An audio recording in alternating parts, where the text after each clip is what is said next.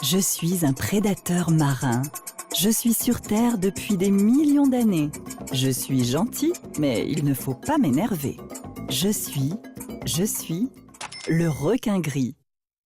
Bien connu des pêcheurs du Caillou, le requin gris se déplace en grande colonie et squatte les passes du lagon. Il a une parade nuptiale qui peut impressionner. Le mâle, pour montrer sa passion et son désir, va mordre la femelle. Effrayant, surtout quand on se souvient qu'un requin possède une dizaine de rangées de dents. Savez-vous qu'il existe un point commun entre le requin gris et du papier de verre? Tous deux sont très abrasifs. Tous les requins ont une peau recouverte de denticules cutanés qui sont une prolongation de leurs dents. En fait, c'est la même matière que leurs dents, mais en tout petit. Quand on prend une photo de peau de requin au microscope, on s'aperçoit que c'est des toutes petites dents.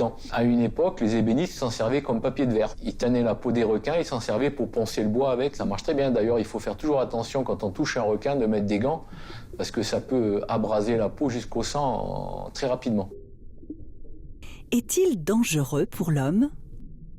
Il s'approche très facilement des plongeurs, mais il peut avoir des réactions agressives et même mordre quand il est énervé, quand on pénètre sur son territoire ou pendant la période de reproduction. Quand il fait des 8 à toute vitesse, il faut se méfier, c'est il montre qu'il est très en colère et qu'il ne va pas tarder à mordre si on ne s'éloigne pas de son territoire. Il peut y avoir aussi des cas d'attaque pendant la période de mise bas, quand les femelles vont mettre les petits au monde, que quelqu'un se présente.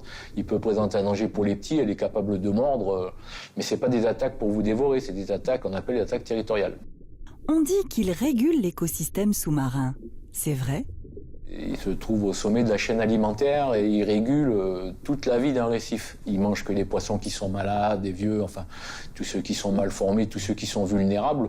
Donc les populations de poissons s'améliorent au fur et à mesure puisqu'ils éliminent tous les individus les plus faibles. Ils mangent des poissons qui mangent du corail, donc ça évite à des poissons de manger trop de corail. Il y en a qui mangent de l'herbe et ainsi de suite. Enfin, c'est assez compliqué, mais ils ont un rôle indispensable dans l'écosystème des récifs, ça c'est certain.